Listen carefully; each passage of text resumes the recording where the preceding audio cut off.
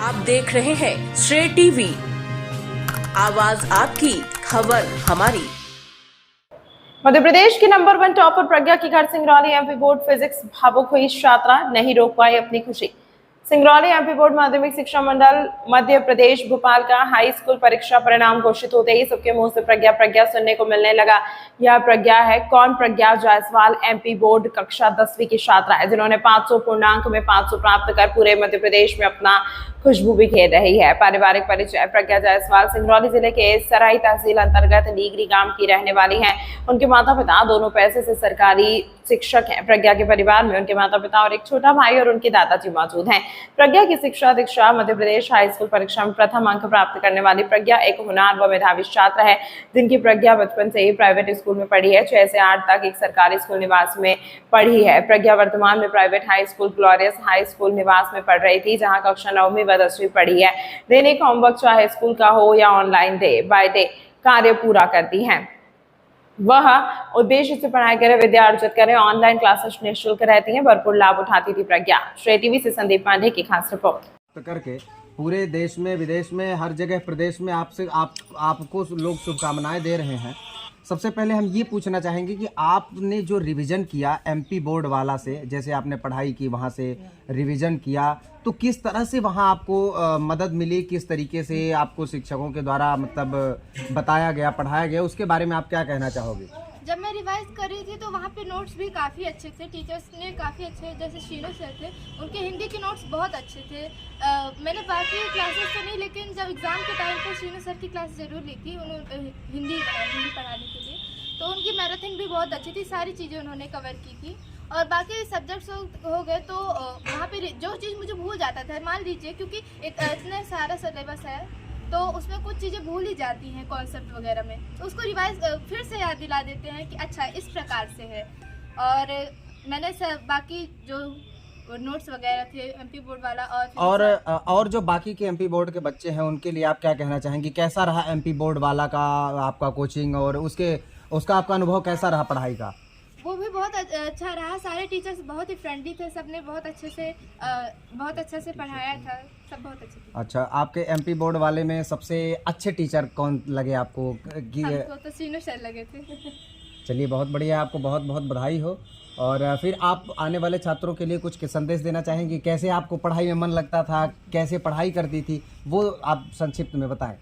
बस हमको पढ़ाई में रुचि लेना है, हमको ये नहीं सोचना है कि हमको पढ़ना है, हमको उसमें सोचना है कि हमको जानना है ये चीज़ कैसे। जैसे मैम जो होती थी वो इंटरेस्टिंग से वैसे बताती थी कि क्या चीज़ है, इतने मज़ेदार तरीके से बताती थी कि हमको लगता ही नहीं था कि हम पढ़ रहे हैं। आगे चल के भविष्य में क्या करने का प्लान है? आगे हमको सिविल सर्विस में जाना है, देश की सेवा करनी है।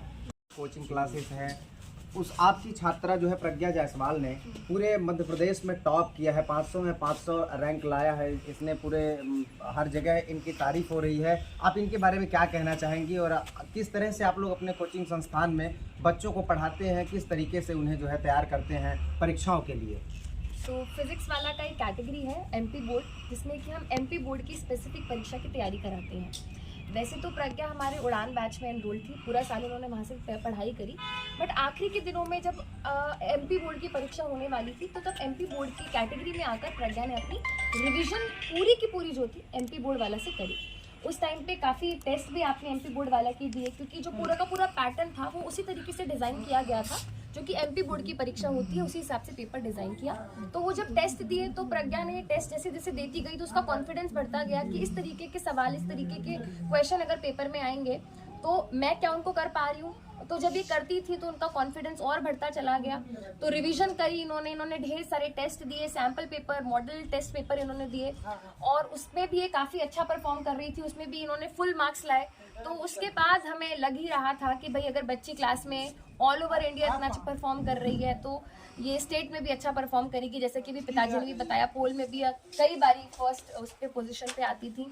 तो हमें प्रज्ञा जायसवाल से मुझे लगता है एमपी के सभी बच्चों को एक प्रेरणा लेनी चाहिए कि अगर आपकी प्रदेश की बच्ची, आपके ज़िले की बच्ची ये कर सकती है तो आप भी ज़रूर ये सब कर सकते हैं। और फिज़िक्स वाला की अगर हम बात करें तो यहाँ पे क्या है, यहाँ पे फ्री अफोर्डेबल एजुकेशन दी जाती है। तो ऐसे ढेर सारे बच्चे हैं जो आज भी ऐसे एरिया में रहते हैं जो एक एजुकेशन अफोर्ड नहीं कर सकते, एक नॉमिनल सी कॉस्ट पे एजुकेशन को अफोर्ड नहीं कर सकते। तो फिजिक्स वाला के जरिए से क्या हो रहा है कि घर घर, गांव गांव, छोटे छोटे गांव में भी जाके क्या है, बच्चा क्लासेस देख पा रहा है, फ्री ऑफ कॉस्ट क्लासेस देख पा रहा है। तो मुझे लगता है कि फिजिक्स वाला का अब यही है कि घर घर एजुकेशन पहुंचानी है, और ऐसी लड़कियां, खासकर ऐसी लड़कियां जिनको बाहर नहीं भेजते पेरेंट्स, तो यहाँ पे तो ये बहुत ही अच्छा एग्जाम्पल सेट किया है प्रज्ञा के पेरेंट्स ने कि बच्चे को नहीं रोका। बट आज भी ऐसे बहुत सारे एरिया हैं, छोटे छोटे गांव हैं जहाँ पे लड़कियों को रोका जाता है, या पेरेंट्स चाहते भी हैं बच्चियों को आगे बढ़ना, बट कई बारी सोसाइटी की वजह से, समाज की वजह से ज्यादा दूर नहीं भेज पाते, क्योंकि सेफ्टी भी एक काफी कंसर्न है। तो मुझे लगता है ऐसे दौर में ऑनलाइन एजुकेशन की वजह से लड़कियों की एजुकेशन को एक नया पंख मिला है।